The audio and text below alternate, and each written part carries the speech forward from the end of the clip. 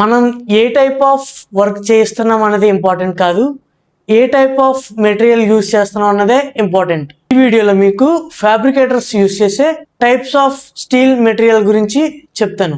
First one MS అంటే mild steel. దీంతో advantage ఏంటంటే ఇది తక్కువ కాస్ట్లో వస్తుంది అండ్ త్వరగా బెండ్ అవుతుంది.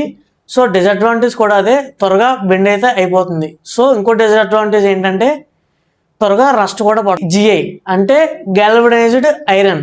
ఇది అంత ఫాస్ట్గా రస్ట్ అనేది పట్టదు. సో దీన్ని ఎక్కువగా అవుట్డోర్ వర్క్లో ఎక్కువగా యూజ్ చేస్తారు. మైల్డ్ స్టీల్తో పోల్చుకుంటే ఇది కొంచెం కాస్ట్ ఎక్కువగానే ఉంటుంది. సో రస్ట్ కూడా త్వరగా పట్టదు.